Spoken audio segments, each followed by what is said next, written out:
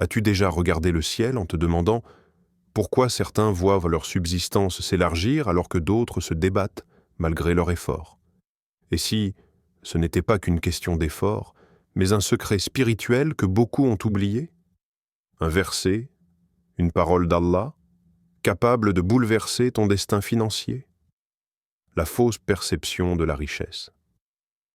La vie semble tourner autour d'un seul mot, plus. Plus d'argent, plus de confort, plus d'objets, plus de reconnaissance. Mais ce plus ne remplit pas toujours le vide qu'on porte en silence.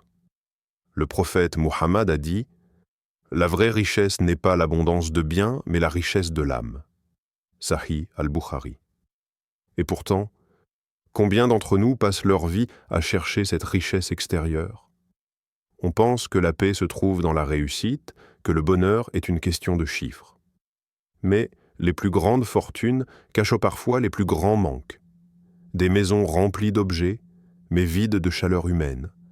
Des comptes bien garnis, mais des cœurs endettés en émotions, en prières, en lumière. Transition d'image, une femme modeste, en train de prier dans une petite pièce éclairée par la lumière du matin. Elle sourit en se relevant. Paix, simplicité, présence divine. Car il existe une richesse qu'on ne voit pas, une fortune qui ne s'affiche pas, une paix que seuls les cœurs sincères connaissent. Allah dit dans le Coran, « Ceux qui ont cru et dont les cœurs se tranquillisent à l'évocation d'Allah. N'est-ce point par l'évocation d'Allah que se tranquillisent les cœurs ?» Sourate Ar-Ra'd 13-28. Cette tranquillité, tu ne peux pas l'acheter, tu ne peux pas la forcer, elle descend, doucement, dans les cœurs qui cherchent Allah, plus qu'ils ne cherchent ce bas monde. Et toi, où cherches-tu ta richesse? Dans ce que tu possèdes, ou dans ce que tu es, aux yeux d'Allah? Le verset oublié, une clé du destin. Tu l'as lu, peut-être des dizaines de fois. Tu l'as entendu dans les prêches, récité dans les prières, imprimé sur des affiches, partagé dans des stories. Mais l'as-tu vécu? Et quiconque craint Allah, il lui donnera une issue favorable et lui accordera une subsistance d'où il ne s'attendait pas. Sourate At-Talaq 65-2-3. Et si la subsistance n'était pas seulement le fruit de ton travail acharné? Et si, au-delà de ton CV, de tes diplômes, de ton réseau, il y avait quelque chose de plus grand, quelque chose d'invisible aux yeux du monde, mais vu, connu et prévu par Allah, taqwa. Un mot si léger sur la langue, mais si lourd de sens pour les cœurs éveillés. Crainte d'Allah, présence constante, conscience intime, une boussole quand tout semble flou, une force quand tout semble vide. Parfois, Allah retarde ta subsistance pour te ramener à lui. Parfois, il t'éloigne d'un revenu pour t'approcher du Razzaq, celui qui pourvoit. Parfois, ton angoisse financière n'est pas une punition, mais un rappel doux et puissant. Reviens, fais-moi confiance, crains-moi sincèrement, et observe. Il suffit d'une vraie sujoud, d'une larme sincère, d'un élan de foi, et le ciel s'ouvre. Comme Allah dit dans le Coran, « Et c'est nous qui attribuons la subsistance à chacun pour ses besoins. » Sourate Al-Hijr 15-21. Alors, la question n'est plus « Comment vais-je m'en sortir ?» mais « Quelle est ma place auprès de celui qui peut tout m'ouvrir ?» Histoire vécue, un homme dans l'impasse. Il y avait un frère, entrepreneur, plein d'idées, brillant même. Mais l'argent ne suivait plus, les dettes s'accumulaient, les appels s'enchaînaient, les nuits devenaient longues et les prières courtes. Oui, il priait. Mais son cœur, lui, restait absent. Oui, il donnait parfois. Mais il doutait que cela puisse suffire. Un jour, il tomba sur un verset, pas un qu'il ne connaissait pas, mais un qu'il n'avait jamais intégré. Et quiconque craint Allah, il lui donnera une issue favorable. Sourate At-Talaq 65-2. Ce jour-là, il ne changea pas de banque. Il ne changea pas de business plan. Il changea de priorité. Il commença à prier comme si c'était sa dernière prière. Chaque matin, avant les emails, avant les chiffres, avant les inquiétudes, il faisait du dhikr. Ses lèvres répétaient le nom d'Allah jusqu'à ce que son cœur suive. Il jeûnait certains lundis, certains jeudis. Il pleurait parfois. Pas de tristesse, de soulagement, d'espoir, de présence. Image d'un calendrier qui défile.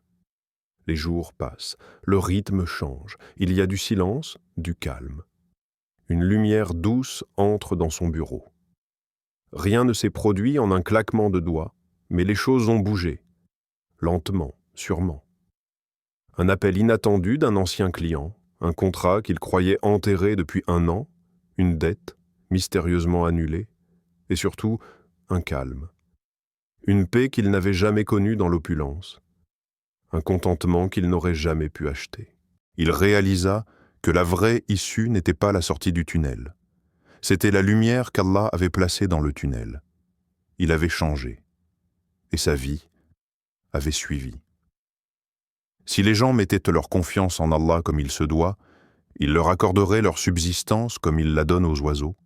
Ils partent le matin le ventre vide et reviennent rassasiés. Hadith, Tirmidhi. Le secret spirituel, la richesse vient d'Allah. Il y a un secret que beaucoup entendent, mais que peu cherchent vraiment à vivre. Une vérité invisible aux yeux, mais limpide pour les cœurs éveillés. La richesse ne vient pas des gens. Elle ne vient pas de ton patron. Elle ne vient pas d'un marché. Elle ne vient pas de tes efforts, seule. Elle vient d'Allah. Allah accorde les moyens de subsistance à qui il veut, sans compter. Sourate Al-Baqarah 212, sans compter.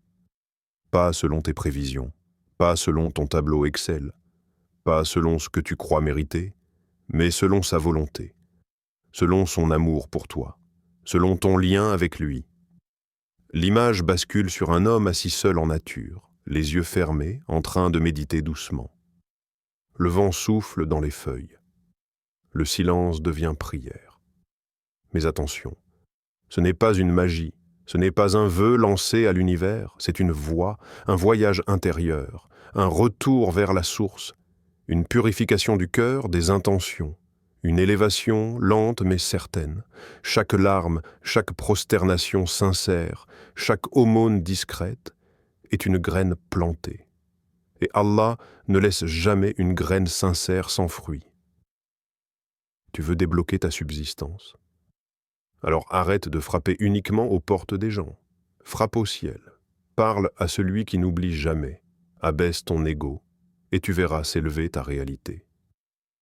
Et ton Seigneur dit « Invoquez-moi, je vous répondrai ». Sourate Ghafir 40-60. Le secret, c'est que la richesse n'est pas seulement dans ce que tu obtiens, mais dans qui tu deviens en revenant vers Allah. Comment intégrer ce verset dans ta vie? Tu veux vivre ce verset? Pas juste le réciter, pas juste le partager, mais le respirer, l'incarner, l'intégrer. Alors commence, simplement. Commence ta journée par le dhikr d'Allah. Avant de toucher ton téléphone, avant même de parler aux gens, parle à Allah. Celui qui invoque Allah, Allah l'invoque aussi. Lis ce verset, celui-là, le verset de la clé. Lis-le chaque matin au Fajr, pas machinalement, mais avec conviction, avec amour, avec attente. Et quiconque craint Allah, il lui donnera une issue favorable. Répète-le, jusqu'à ce que ton cœur y croie plus que ton mental. Cherche la taqwa. Pas dans les grandes décisions seulement, mais dans les choix que tu fais seul, quand personne ne regarde. Dans comment tu gagnes ton argent, dans ce que tu regardes, ce que tu dis, ce que tu caches. Image d'un homme fermant discrètement une fenêtre d'onglet inutile ou détournant son regard d'un écran. Des choix invisibles, mais vus par Allah. Aide quelqu'un, même avec peu, même un message, une pièce, un sourire sincère. Ne sous-estime aucune action si elle vient d'un cœur pur. Ce que vous dépensez de bien, Allah le sait. Sourate Al-Baqarah 273. Parce que ce chemin, ce verset, n'est pas une récitation, c'est une manière de vivre, un état d'être. Serais-tu prêt à vivre selon ce verset, pas juste à le réciter? Invitation à la transformation spirituelle. Le changement ne commence pas avec un projet, pas avec une signature, pas avec une promotion. Le vrai changement commence par une prosternation. Quand ton front touche la terre, ton cœur, lui, touche le ciel. Et ce verset peut devenir ta renaissance. Pas un simple espoir, pas une jolie phrase, mais un tournant, un retour, un réveil. Quiconque place sa confiance en Allah, il lui suffit. Sourate At-Talaq 65.3. Il lui suffit. Pas un peu, pas partiellement, pas peut-être. Il suffit. Complètement, absolument, sûrement. Ton destin peut changer, non pas en contrôlant tout, mais en lâchant prise avec confiance, en acceptant que ta sécurité ne vient pas d'un chiffre, mais d'un lien. Un lien avec celui qui a entre ses mains ton futur, ton risque, ta guérison, ta paix. Images superposées. Quelqu'un pleurant en prosternation, un autre marchant dans le calme du matin, une femme lisant le Coran à l'aube. La transformation est discrète, mais réelle. Allah ne veut pas te priver, il veut te purifier, te préparer à recevoir ce que tu n'étais pas prêt à porter hier. Et c'est sur Allah que les croyants doivent placer leur confiance. Sourate Al-Imran 322. Alors, si tu veux changer ta vie, commence par changer ta direction intérieure. Tourne ton cœur, pose ton front, et laisse Allah t'ouvrir des portes que tu ne savais même pas fermer. Partage cette lumière. Ce verset peut changer une vie, peut-être celle d'un frère ou d'une sœur qui regarde cette vidéo grâce à toi. Abonne-toi pour d'autres rappels spirituels et souviens-toi, la foi est la plus grande richesse.